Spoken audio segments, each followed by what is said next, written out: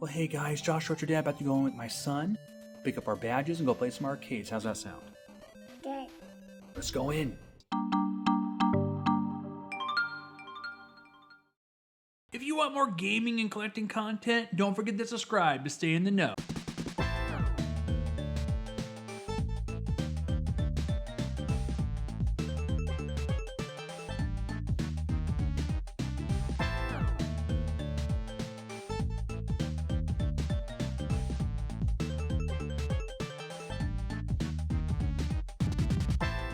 Finally here at the Portland Retro Gaming Expo. Got my badge. It's Jason, which is awesome. Got the power pass. And I'm about to go in, pick up my shirt, and check out the arcades. And you guys badge too. Behind me, there are actually security stations. Now, this has never happened at the Portland Retro Gaming Expo like this. So it has to do with what's going on around the world, I think. Kind of weird at the same time that we have to do it, but it's, I guess, for safety. Still got my badge, which I love.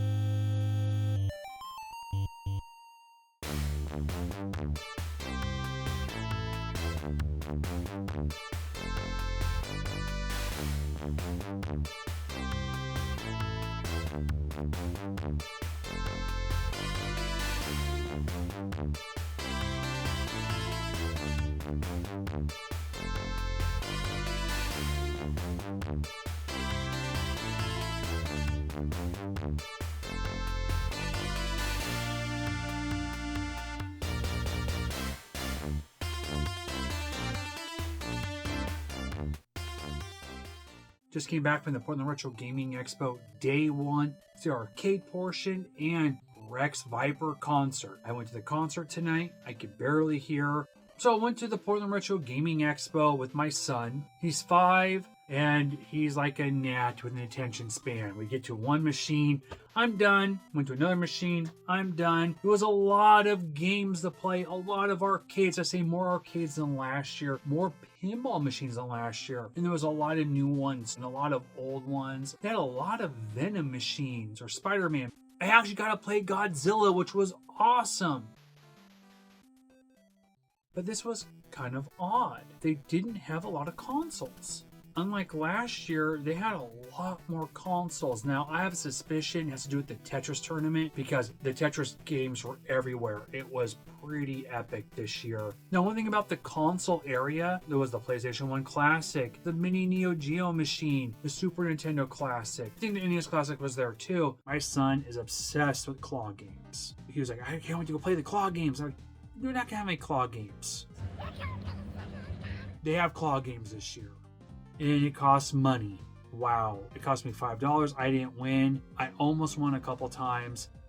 But this one gentleman was very nice enough. He won one of the Pikachus I was going for and gave it to my son. There are really nice people out there sometimes and really appreciate it because I didn't win. But yeah, my son was obsessed with claw games. They had it this year. So I found that a little surprising. It was crowded, but I thought it was going to be a little busier. It wasn't as busy. And I've gone twice on Friday now. Once with my son for a couple hours and once tonight. And it was busy, but I expected to be a lot busier than it was. So there was a little bit of toys, a little bit of other stuff to buy. Unlike the last couple of years, there was other vendors selling video games. That really wasn't there. What was here this time was Trauma and Cinemassacre Rex Viper AVGN merch. Now, there was a little knickknack seller right here, some really cool artwork, but that was really it for vendors. They had some DVDs and Blu-rays I do not own from Trauma. I like B movies, I like horror, but I am tempted to get that Class of Nuke 'Em High 3. I have part 1 and 2. There's also Return of Nuke 'Em High. They had a box set too, but the box set was $45, and I didn't want to spend that much at that time. Depends how tomorrow goes. Another thing that was new this year, they had the soda, where if you bought this mug, you get for $7, you can get refills all day. I might do that tomorrow. There's a $30 mug and a $60 mug. One's insulated, one isn't. If I really want my money, go to games. So I've done the covers for the Portland Retro Gaming Expo for 10 years, from 2013 to now. I went to 2012, but I didn't record it that year.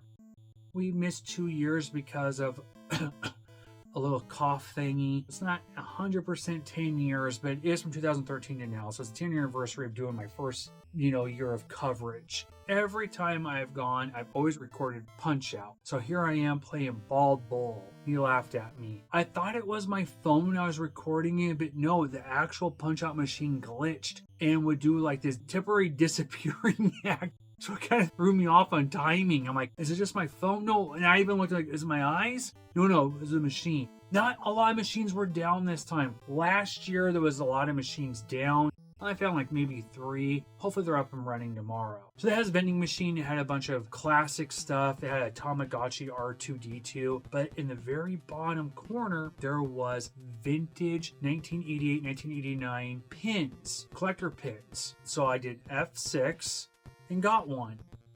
And I went back a couple times and there was less of them. And by the time I went back the third time, they were completely gone. So we'll see if they get refilled tomorrow. I never give a good shout out to the DJ, who does an epic job. He was there again this year. He's been there for multiple years. Oh, the auction. You guys see some of the stuff? What is going to be at this auction? You got these neon Nintendo signs. There's a GameCube, a Fallout, Microsoft. I might bid on the kiosk, but I only have so much money, so I'm not going to bid too high. I dropped off my son for the concert tonight. And now I had to go back anyways because I was missing the poster. You got Jason Rocket out. It's awesome. And the exclusive pin that was supposed to come with it. They didn't give me that when I gave them my ticket. And it was supposed to be an exclusive lanyard. I'm going to find out about that tomorrow. I saw no one else have a different lanyard, but I swear it said online there was going to be an exclusive lanyard. So I went to the concert to Rex Viper, AVGN's band. A couple years ago, Brental Floss was here in another concert. I did not go to it, and I kind of always regretted that. I wasn't feeling the best that day, and I always regretted not going. But I made sure tonight. First, I had a really good view.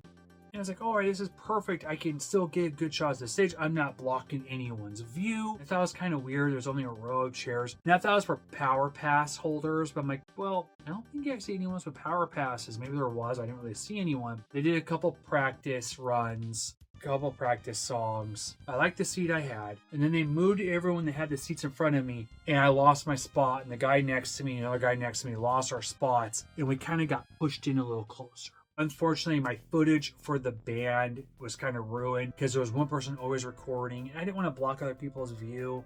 Yes, I'm a content creator, but other people paid their money and, I don't want to block their views. I don't mind occasionally. There was another person that had a 3DS recording and I would really just see what the footage looked like on that. So they played, The Power of Love. They played The Touch, which I kind of laughed about. I didn't get a whole lot of footage on that.